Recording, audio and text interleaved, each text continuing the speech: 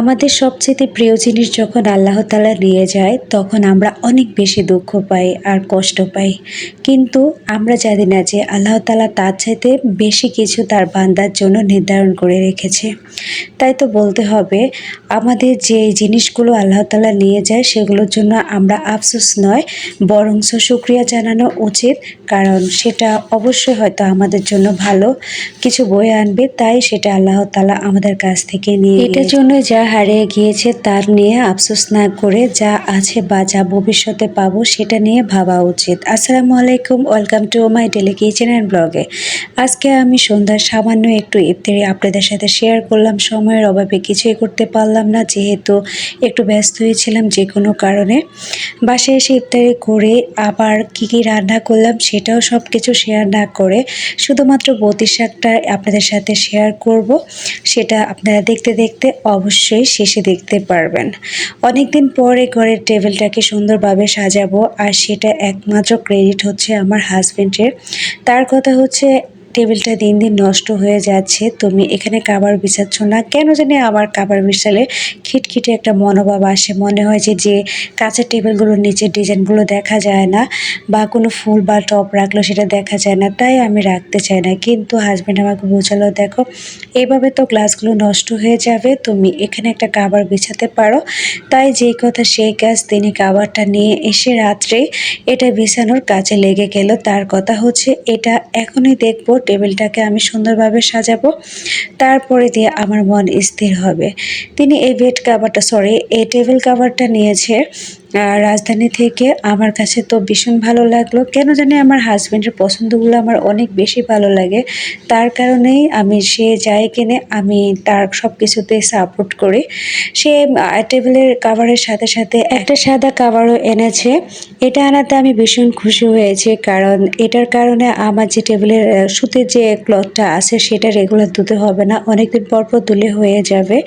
আর টেবিলের যে গ্লাসটা আছে সেটাও নষ্ট হবে না। এই কাভারটা যখন আটকে গেল তখন আমার মেয়েরা খুব যুদ্ধ করে এটাকে খুললো, আর বাবা মেয়ে তিনজনে মিলে এটাকে খুব সুন্দরভাবে সেট আপ করলো। আর আমি একটু দাঁড়িয়ে দাঁড়িয়ে ভিডিও করা দেখলাম।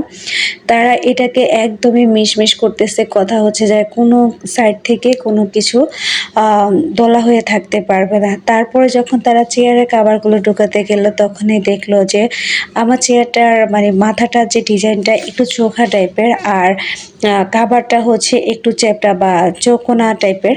পরে হচ্ছে না, এখন কি করব, সবার তো মন খারাপ হয়ে গেল। পরে ভাবলাম যে এটা পরবর্তীতে টেলার্সের কাছে নিয়ে সাইডগুলো কেটে একটু যেভাবে চেয়ারের ডিজাইনটা আছে সেভাবে করে নেব। এখন আপাতত এটাকে পিন করে দিই, তাহলে মোটামুটি সুন্দর লাগবে। আর কেন জানি আমার নতুন কিছু আনলে সেটা দুই একদিন ইউজ করতে হবে, একদমই ছোঁচা ছোঁচা ছোঁচা ছোঁচা একটা মন যে এটা উঠিয়ে রাখি পরে ঠিক করে বিছাবো না। আমার কথা হচ্ছে তুমি এনেছো এটা এখন এভাবে পেন করে দেব, পরবর্তীতে আমি এটাকে সেলাই করে নেব। তারপরে দেখেন কত সুন্দরভাবে আমি এটাকে সেট আপ করে নিলাম। আমার টেবিলটার সৌন্দর্য এত বেশি বেড়ে গিয়েছে কাভারটা বিছানোর পরে, আর কি বলবো, একদমই অসাধারণ হয়েছে। বাইরে থেকে এসে তারপর টেবিল কাভারটা বিছালো, টুকটাক কাজ করতে করতে অনেকটাই সময় চলে গিয়েছে। আজকে আর ইফতারি বানানো হয়নি, তিনি দোকান থেকে টুকটাক ইফতারি কিনে এনেছে, সেটা দিয়ে আজকে আমরা ইফতারি করব। সাথে আমার বোনেরাও আছে, তাই টেবিলে জায়গা হবে না বলে সবাই নিচে বসে ইফতারি করলাম। আর ইফতারির আয়োজনে ছিল বুট মরিচ, তরমুজ, মালতা, খেজুর, শরবত, এছাড়া অন্য কিছুই ছিল না, কারণ হুটহাট করে ইফতারি করা। আর এই টাইপের অল্প কিছু দিয়ে ইফতারি করতেও কিন্তু ভীষণ ভালো লাগে, যেটাই থাকে সেটা তৃপ্তি করে খাওয়া হয়। আর আমার তো এরকম অনেক বড় বলে সবাই মিলে মুটমুট করে ইফতারি খাওয়াটা ভীষণ পছন্দের। তার সাথে যদি একটু জিলাপি বা খেজুর থাকে তাহলে সেটা আরও বেশি পছন্দের হয়। আমি মনে হয় ইফতারি নিয়ে প্রতিদিনই এই কথা বলি, কি করব, আমার কাছে এভাবে ইফতারি খেতে ভীষণ মজাদার লাগে, তাই এই কথাটা প্রতিদিনই বলা হয়। তো যেটা বললাম, আমি প্রথমে একটা কথা বলেছিলাম, আর আর এ কথাটা একদমই বাস্তব। আমার জীবনে এমন অনেক কিছুই ঘটেছে। আমার সবচাইতে প্রিয়, প্রিয় জিনিসগুলো আমি হারিয়ে ফেলেছি।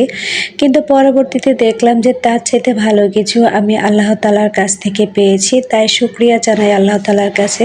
যত বেশি প্রিয় জিনিস চলে যাক বা যত বেশি কষ্টই হোক, আমার কাছে মনে হয় যে না, তারপরে আমি ভীষণ ভালো কিছু আল্লাহ তাআলার কাছে ডিজার্ভ করি।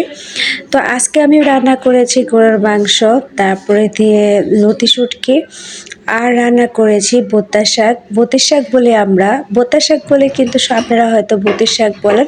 এটাকে ডিম দিয়ে ভাজি করেছি। আর এই শাকটা গরম গরম ভাতের সাথে খেতে কিন্তু ভীষণ মজাদার। একটু হালকা তেতো হয়, কিন্তু যারা তেতো পছন্দ করেন তারা কিন্তু এই খাবারটা ভীষণ উপভোগ করতে পারেন। আমার কাছে তো প্রচণ্ড ভালো লাগে। তাই এই শাকটা আমার মা তার বাসা থেকে নিয়ে এসেছে আমার জন্য, যে আমার মেয়ে এই শাকটা পছন্দ করে, সে খুব মজা করে তৃপ্তি করে খায়।